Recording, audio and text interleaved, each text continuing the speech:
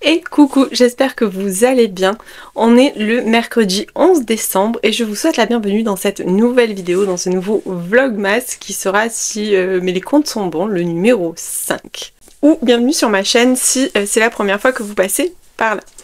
Je vous reprends aujourd'hui, on va parler lecture. Alors certes, ce n'est pas une lecture de Noël, ne m'en veuillez pas. Quand je me suis lancée dans ces vlogmas, quand j'étais... super optimiste, j'étais déjà dans un mood Noël au mois d'octobre et arrivé au mois de décembre, je suis absolument plus dans le mood Noël. Donc voilà.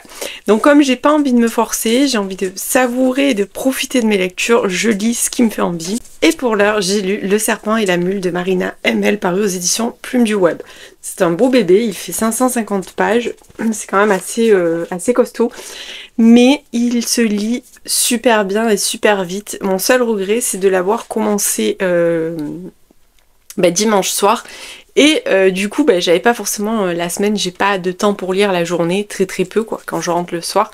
Donc voilà, c'est mon seul regret parce que c'est un livre, si je l'avais commencé un samedi matin, le dimanche soir il était fini et encore je pense même avant tellement c'est addictif, tellement je me suis régalée. Alors me jugez pas, oui on est sur une dark romance, une vraie dark romance. Donc on va être plongé dans les cartels avec drogue, prostitution, meurtre, torture, bref, tout y est, tout y passe. Mais j'ai adoré, l'intrigue est géniale, ce livre est vraiment génial. Pour les gens par exemple qui aiment le thriller, il n'y a pas énormément de scènes spicy, enfin il y en a forcément puisqu'il y a une romance dedans, mais j'ai pas du tout été choquée par les scènes spicy. Je trouve qu'elles collaient vraiment elles étaient vraiment bien implantées dans l'histoire. Il n'y en a pas tant que ça non plus, à mon goût, à mon sens à moi. Je vous avoue, je m'attendais à beaucoup plus. Par contre, je le dis, il y a quand même des gros trigger warnings, puisqu'on va parler de viol, c'est quand même très violent. On est dans les cartels, on est avec des hommes qui sont pas forcément des bisounours, quoi, hein, ils sont pas gentils. Donc voilà, il y a quand même pas mal de violence. Il y a des scènes de torture, il y a 2 scènes de torture, il y en a une, je vous assure. J'ai fait ouh. Mais après, encore une fois, alors c'est vrai que je dis ça à chaque fois, mais quand vous lisez un thriller ou un polar, selon ce que vous lisez, je ne sais plus la définition entre les deux parce que personne dit la même chose. Donc pour moi, en général, le thriller s'apparente plus à quelque chose de psychologique où il y a... Et le polar, c'est vraiment une enquête policière avec des policiers. Bon, enfin, moi, je le vois comme ça, mais c'est peut-être pas forcément le cas. Enfin, tout ce que je peux vous dire, c'est que quand vous partez sur ce créneau-là, par exemple, si vous sortez un Franck Tillier, moi, perso, j'ai arrêté parce que les derniers que j'ai lus, voilà, j'ai pas été emportée de folie. Mais quand vous lisez Train d'enfer pour Ange Rouge, je peux vous dire que niveau torture, niveau scène... Alors voilà, vous savez pourquoi ça bouge? Donc l'image elle va faire comme ça. Donc dites bonjour, bien Polly. Bien, voilà, c'est Polly qui a mis un coup de tête en fait dans la perche. Voilà, je sais pas ce qu'elles ont en ce moment. Dès que je viens ici pour faire ça, elles sont au taquet. Bon enfin bref.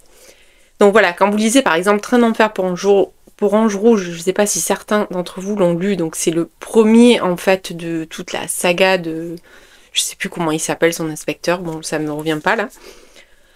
Le premier, moi, je suis tombée sur des scènes qui m'ont vraiment choquée. Bon, là, je vous le dis, il y a vraiment 2 scènes de torture assez hard quand même, où je me suis dit, oulala, quand même, ouh, ça fait mal, quoi. Voilà. Bon, bref, j'avais mal pour eux, pour la personne.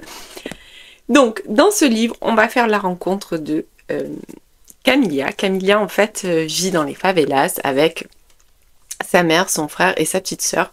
Leur papa est décédé, il faisait partie d'un cartel, il faisait partie du cartel du Serpent, donc de Pedro Gomez, ça va être le personnage masculin de l'histoire.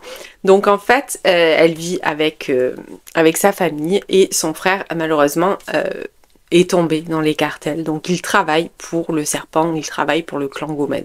Il fait une erreur, une grossière erreur, et son oncle, qui fait aussi partie en fait du même cartel, va venir et dire à sa mère, voilà, il nous doit tant d'argent, donc c'est ou vous payez ou on le tue. Et Camilla, pour sauver sa famille en fait, et pour sauver son frère, et pour pas que sa mère soit encore malheureuse par la perte de membres de sa famille, elle va entre guillemets se vendre au cartel en leur proposant ses services pour faire la mule. Donc la mule en fait ce sont ces jeunes femmes, et ça c'est tiré, voilà, ça c'est vraiment vrai quoi, je veux dire ça existe vraiment. Les mules ce sont des femmes qui avalent des ovules en fait de drogue pour les faire passer d'un pays à un autre. Donc c'est assez, le début moi m'a quand même beaucoup perturbée parce que je trouve que c'est une pratique qui est hyper, voilà, c'est hyper, ça m'angoisse beaucoup. Je me dis que vraiment il manque de tellement, en fait ils vivent tellement dans la misère et dans la terreur qu'ils en sont obligés de faire ça en fait pour pouvoir un petit peu sortir, enfin bon bref. Donc elle va faire ça, et normalement après ce voyage qui sera un unique voyage, sa mission est comment on dit, enfin, la dette est réglée et elle pourra repartir chez elle, et Théo aussi. Sauf que bien sûr ça ne va pas se passer comme ça. Parce que Pedro, quand il va voir Camilla, en fait il y a un truc qui se passe. Alors Pedro Gomez, c'est le serpent. Il est à la tête de tout, en fait, de toute cette organisation. Il est à la tête de son cartel. Après, il y a plusieurs cartels, ils s'entendent pas tous entre eux. D'ailleurs, on va le voir puisqu'il va y avoir une guerre. Enfin, il y a vraiment ce livre, il est hyper dense. Voilà, c'est ça que je voulais vous dire tout à l'heure. En fait, c'est dense, c'est-à-dire qu'au-delà du côté dark romance, de la romance qu'on va trouver là-dedans entre Camilla et le chef du cartel, Pedro. Alors Pedro, attention, hein, voilà, on va pas se le... Pedro, c'est un red flag ambulant. Alors je sais pas si je vous avais dit la dernière fois, les green flags et les red flags. Donc les green flags, ça va être les gentils, amoureux, tout mignons, enfin comme voilà, quand je vous parlais de... la dernière fois de My Eyes, où je vous disais, oh là là, mon Dieu, c'était vraiment, il avait tout, quoi, voilà. Et là, c'est tout l'inverse. C'est-à-dire que c'est un mec qui est sans cœur, il est impitoyable, il est violent, il torture des gens, il tue les gens avec des serpents, enfin bon, bref, il leur coupe des doigts. Enfin, voilà, quoi. Pedro, c'est pas non plus le mec qu'on a forcément envie de rencontrer. Et pourtant... ne me jugez pas, mais pourtant oui, en fait, avec Camilla, il va se passer un truc. Ils vont avoir un rapport, on est vraiment sur un enemy to lovers assez fort au départ, puisqu'elle le déteste, elle déteste en fait tout ce clan qui a causé la mort à son père, en fait, elle les hait profondément. Et il y a un truc qui se passe entre eux, en fait... je sais pas, on le sent dès le début, forcément, on s'en doute, il va se passer un truc, et puis petit à petit, ça se met vraiment en place, c'est pas du tout rapide, enfin, c'est rapide et pas à la fois, puisque on est vraiment sur un enemy to lovers, avec des je t'aime moi non plus, et j'ai beaucoup aimé, en fait, le lien qui se crée entre eux, puisque on va découvrir... C'est la psychologie des personnages, par contre elle est travaillée mais à merveille, vraiment chapeau Marina ML. La psychologie des personnages, j'ai adoré. C'est-à-dire que Pedro, en fait, bon, je pense qu'il est bipolaire aussi, hein, parce qu'il y a Pedro et le serpent. Voilà, donc c'est vraiment deux personnages bien distincts qui vivent dans le même corps, dans la même tête, donc c'est... voilà, c'est un peu comme beaucoup de gens je pense, bon, bref, c'est pas le sujet. On va dire que... Et j'ai adoré la manière dont elle a travaillé la psychologie des personnages, c'est-à-dire que petit à petit on creuse et on découvre des choses, notamment sur Camilla, on va découvrir son passé. Elle a un passé vraiment pas cool, je veux pas vous le raconter parce que j'ai pas envie de vous dévoiler non plus trop de choses. Et malheureusement en plus son passé va la rattraper, puisqu'il va la mettre en péril en fait dans ce cartel, puisqu'ils vont penser qu'à un moment donné, ils vont penser qu'elle les trahit, qu'en fait elle est venue là, que c'est une taupe, enfin bon, bref, vraiment ça s'enchaîne, il y a pas de temps mort dans cette lecture. Moi, c'est une lecture qu'on a du mal à quitter une fois qu'on est lancé dedans. Moi, j'ai été happée direct.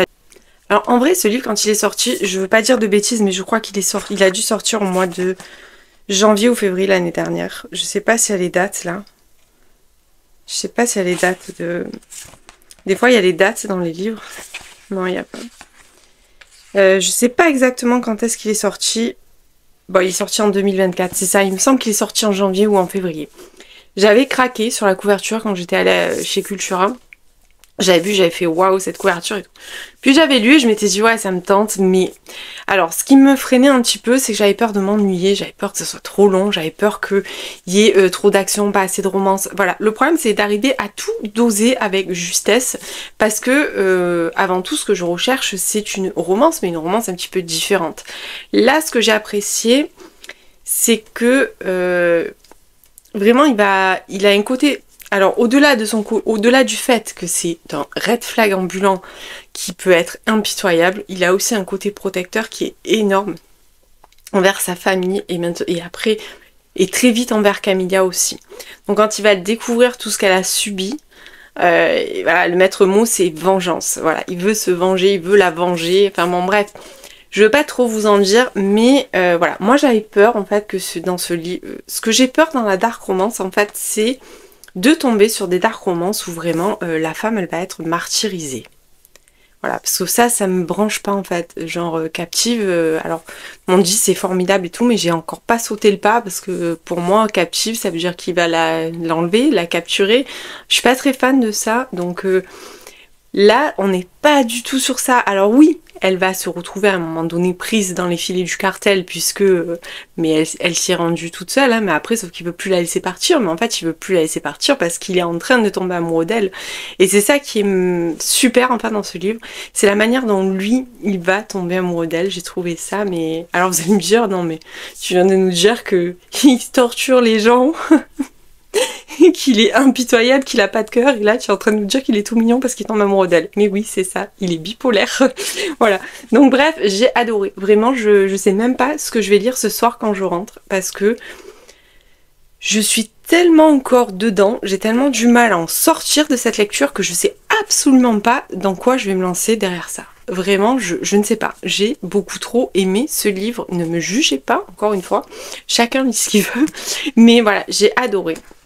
Donc pour en revenir à ce qui dérange souvent en fait dans la dark romance, là il y a des trigger warnings.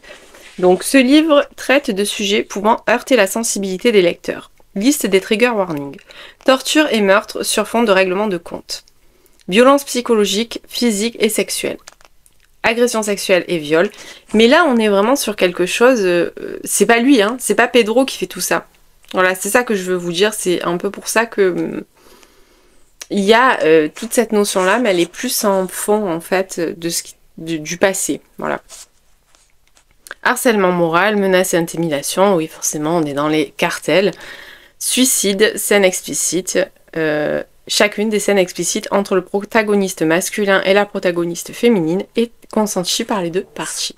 Et vous allez voir d'ailleurs, pour ceux qui l'ont lu ou pour ceux qui voudraient se lancer, parce que moi je vous avoue que c'est le cartel qui m'a, depuis que j'ai lu Valentina, je ne vois que par le cartel. Donc je sais pas, peut-être dans une ancienne vie, je sais pas, mais bon bref. Et ça m'a tiré énormément, et vous allez voir que justement ça va même au-delà du consentement, c'est-à-dire qu'il a vraiment un côté très prévenant et que c'est waouh, ça nous fait fondre même s'il coupe des doigts ou autre membre, enfin bon bref voilà. Donc bah écoutez, alors oui je vous le recommande. Je vous le recommande à condition que vous sachiez là où vous mettez les pieds. C'est qu'il y a quand même quelques scènes qui sont compliquées, notamment des scènes de torture. Moi il y en a une qui m'a quand même voilà. Mais j'ai adoré cette lecture. Donc, ben, je vous en ai parlé. J'ai jamais autant parlé longtemps d'un livre, je crois. Alors, par contre, je sais pas du coup ce que je vais lire ce soir. Je suis toujours en réflexion parce que j'ai besoin d'un livre qui va me happer rapidement, sinon je sais que ça finira en abandon. Ça va me faire exactement le même effet que quand j'ai terminé My High. C'est-à-dire que derrière, il y avait tout qui me paraissait fade, parce que là vraiment c'est pas fade, on s'ennuie pas, c'est hyper rythmé, c'est plein de... Enfin bon, bref, vous avez compris, j'ai adoré ce livre. Sinon, bah écoutez, j'ai pas grand chose d'autre à vous dire. Comme d'habitude, je vous dis à plus tard. Coucou, je vous reprends, on est le lundi 16, je crois, oui, le lundi 16 décembre. Voilà, donc j'ai totalement déserté, je m'en excuse, ça a été un petit peu compliqué là ces derniers jours. En fait, le mois de décembre est de base compliqué pour moi.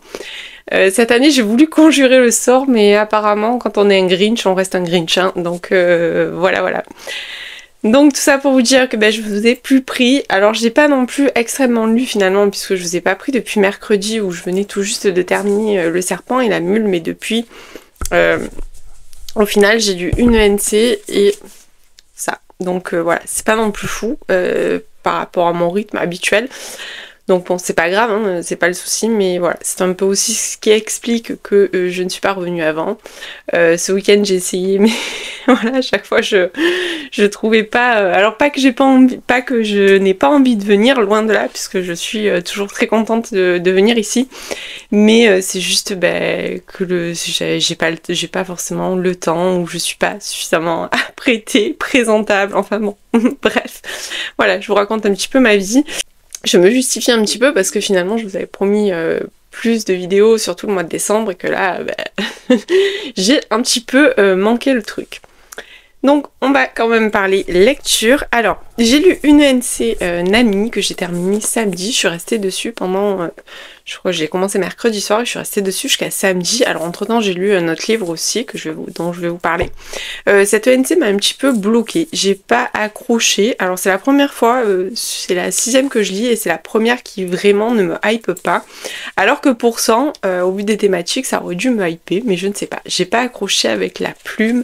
J'ai trouvé les chapitres très très longs, des chapitres de 60 pages, 70 pages, voilà, pour moi c'est... Je vous l'explique à chaque fois. Alors parfois sur certains livres ça va, ça passe, parce qu'il y a des coupures, mais là, je trouve ça manquait vraiment de fluidité à mon sens. Enfin, voilà. Après ça ne reste que mon avis, je vous en parlerai quand je le reçois, parce que je crois qu'il sort au mois d'avril, donc c'est pas pour demain. Mais voilà, je vous en parlerai, mais c'est vrai que là, alors soit c'était pas le bon moment, comme je dis parfois aussi, on lit des livres à un moment où c'était pas le bon moment, on n'est pas dans cet esprit-là, enfin je sais pas comment l'expliquer, mais voilà. Donc on passe ensuite.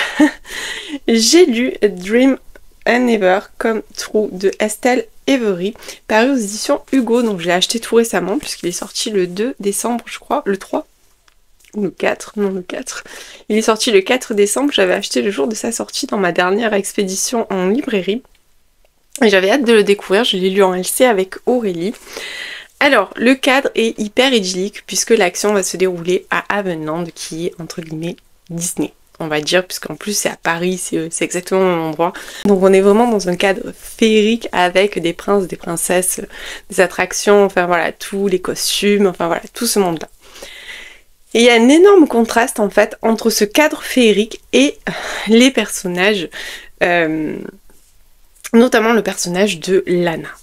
On va faire la rencontre de Lana. Lana est une jeune fille, elle doit avoir je crois qu'elle a 18, enfin entre 18 et 20 ans, elle est toute jeune. Quand on la rencontre au départ, on la rencontre avec son père, enfin son géniteur comme elle dit, qui vient la sortir en fait d'un hôpital psychiatrique et elle est sous tutelle. Donc on sait qu'elle a forcément des problèmes, on sait pas quoi, puisqu'on va le savoir en fait au fur et à mesure. On sait qu'il a dû se passer quelque chose d'assez dramatique. On se rend compte qu'elle a une personnalité assez particulière, due à son histoire, due à tout ce qu'elle a vécu, enfin bon, bref. Alors je vous avoue qu'au début j'ai eu un peu de mal avec Lana, j'ai toujours du mal avec ces personnages féminins qui sont un peu trop cash, je dirais. Donc puis après au fur et à mesure ça s'est débloqué et puis je l'ai trouvée attachante et j'ai trouvé son histoire attachante. Voilà. Parallèlement on va faire la rencontre de Hal, donc il fuit les États-Unis pour venir... Non pas les États-Unis, je dis des bêtises. Je crois que c'est Londres. Ah non, New York. Non. Il fuit New York pour venir s'installer à Paris, il rejoint son cousin et ils vont postuler chez Havenland. Lui il va être photographe puisque elle est photographe. Et Lana en fait, son père, son géniteur, c'est le grand boss d'Havenland et il va l'obliger à travailler là-bas un petit peu pour se réinsérer dans la société. Donc ils vont se rencontrer là-bas. Donc ils vont se rencontrer dans ce cadre-là, puisqu'ils sont tous les deux en formation, puisqu'ils sont nouveaux chez Havenland. Ils sont de suite attirés l'un par l'autre, et on va voir la naissance de cette relation. Après, j'ai pas trop envie de vous dévoiler l'intrigue, pour la bonne et simple raison que ça vous gâcherait la lecture, donc je vais garder l'intrigue pour moi. Je vais juste vous parler moi de ce que j'ai ressenti au cours de ma lecture. Donc comme je vous dis au début, j'ai eu un petit peu de mal avec Lana. Après ça va, j'ai compris comment elle fonctionnait et elle s'est un petit peu pas assagie, mais voilà, elle a montré d'autres phases d'elle qui ont fait que ça a matché. Par contre, alors autant j'ai aimé l'histoire, j'ai aimé ce contraste que je trouve qui est hyper intéressant en fait entre le cadre Avenland et ses personnages torturés, surtout Lana d'ailleurs, la plus torturée des deux c'est quand même Lana. Donc ça j'ai trouvé que c'était très intéressant et très original. Ce que j'ai trouvé très original c'est qu'à l'entrée de chaque chapitre en fait, il y a une citation en fait d'un conte. Donc bon là on est sur là on sait pas.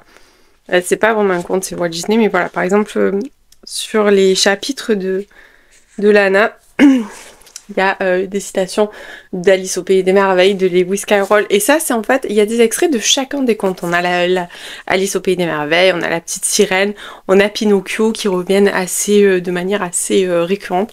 Ça j'ai trouvé ça super original parce que quelque part, elle a voulu vraiment insuffler ce côté conte et finalement dans un conte, quand on prend vraiment les contes de base, c'est pas forcément très gai. Donc en fait, voilà, elle a vraiment maintenu un petit peu ce contraste et ce décalage, et ça, j'ai trouvé ça super intéressant. Par contre, pour moi, il manque...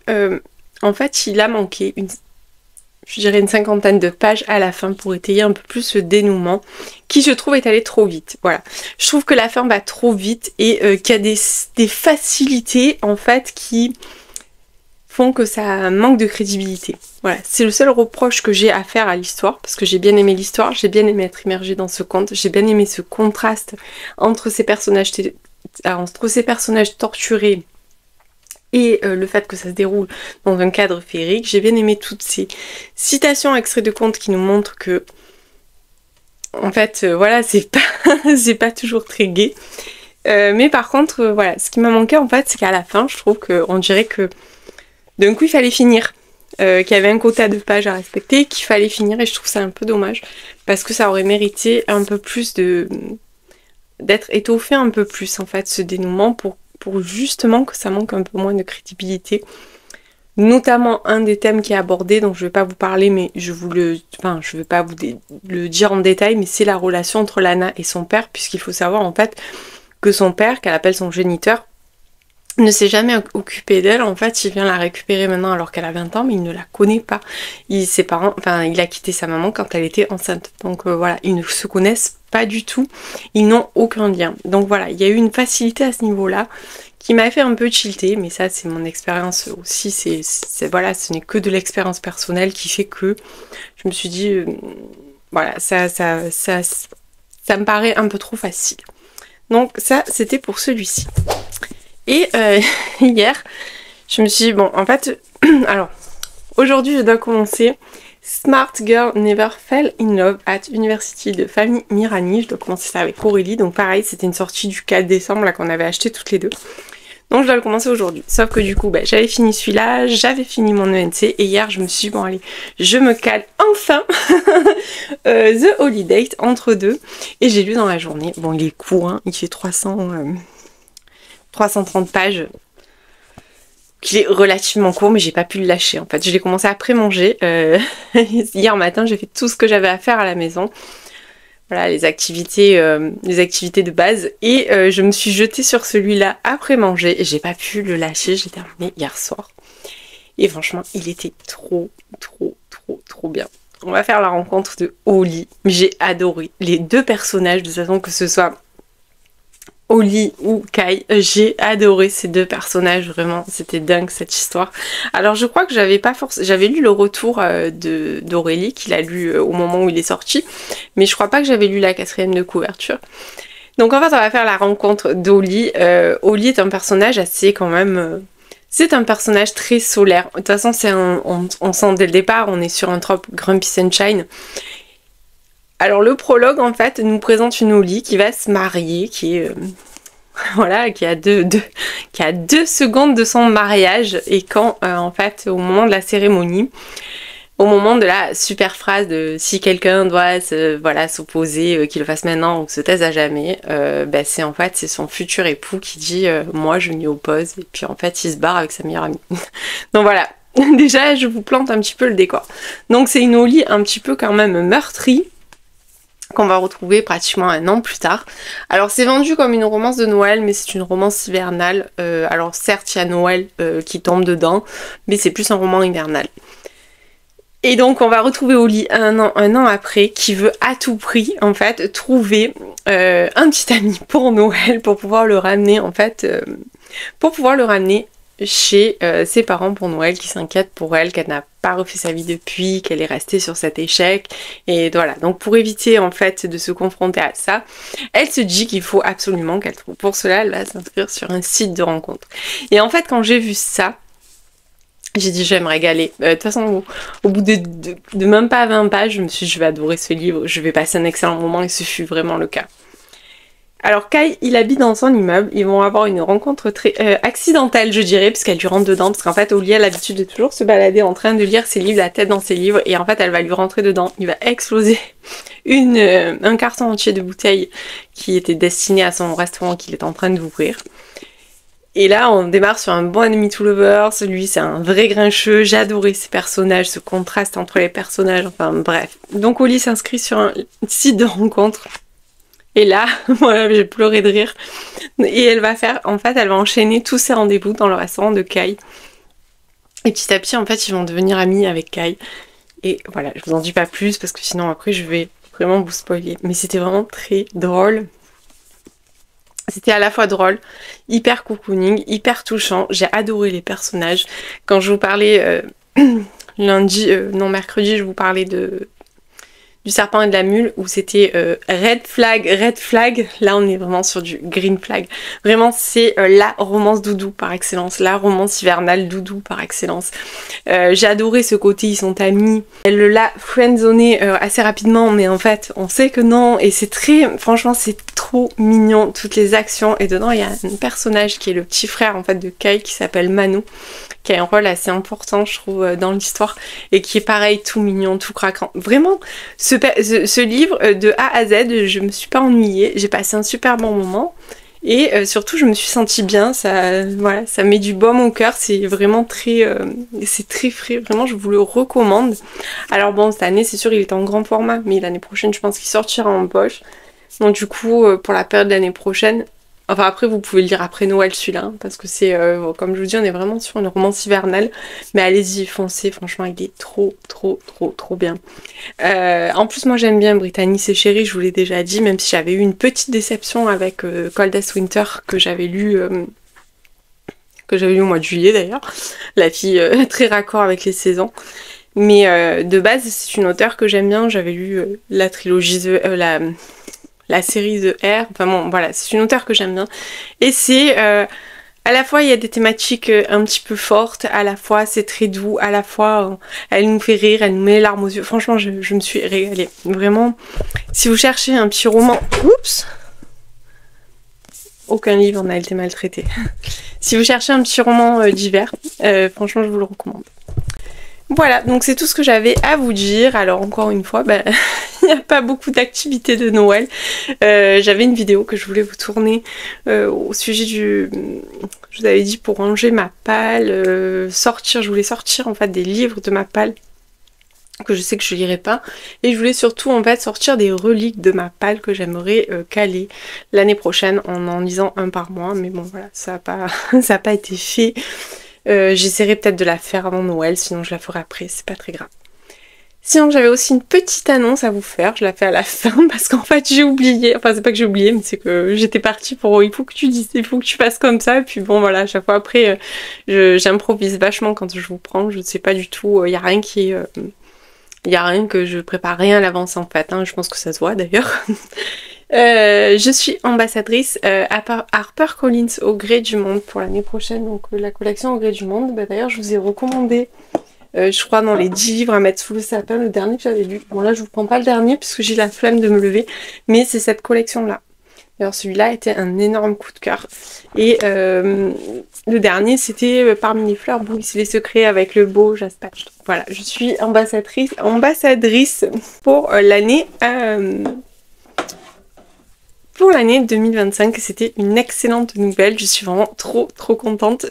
Pour tout vous dire, j'avais déjà postulé l'année dernière, Parce que cette collection venait tout juste de démarrer. Je n'avais pas été prise. Après, voilà, on n'est pas pris à chaque fois. Et cette année, quand j'ai vu qu'ils lançaient les... Cette année, quand j'ai vu qu'ils ouvraient les formulaires, j'ai dit bon allez, je retente ma chance parce que quand même ça me tient à cœur. J'aime bien cette collection. Et voilà, finalement j'ai bien fait puisque cette année j'ai été retenue et je suis super contente. Voilà, bah écoutez, pour aujourd'hui je vais vous laisser. Donc je vais essayer de la monter assez rapidement pour vous la mettre, je pense, aujourd'hui ou demain. Et j'en ouvrirai une autre. Je ne sais pas combien j'en ferai encore avant Noël, on verra en fonction de ce que je lis, en fonction de ce que j'ai le temps de faire. J'espère en tout cas que vous avez passé un bon moment. Et si vous êtes arrivé jusque là, je vous invite à mettre un petit nuage. En fait, je dis nuage parce que je vois la couverture de ça. Donc voilà, à mettre un petit nuage en commentaire pour me dire que vous êtes arrivé jusqu'au bout. Et comme d'habitude, je vous dis à la prochaine.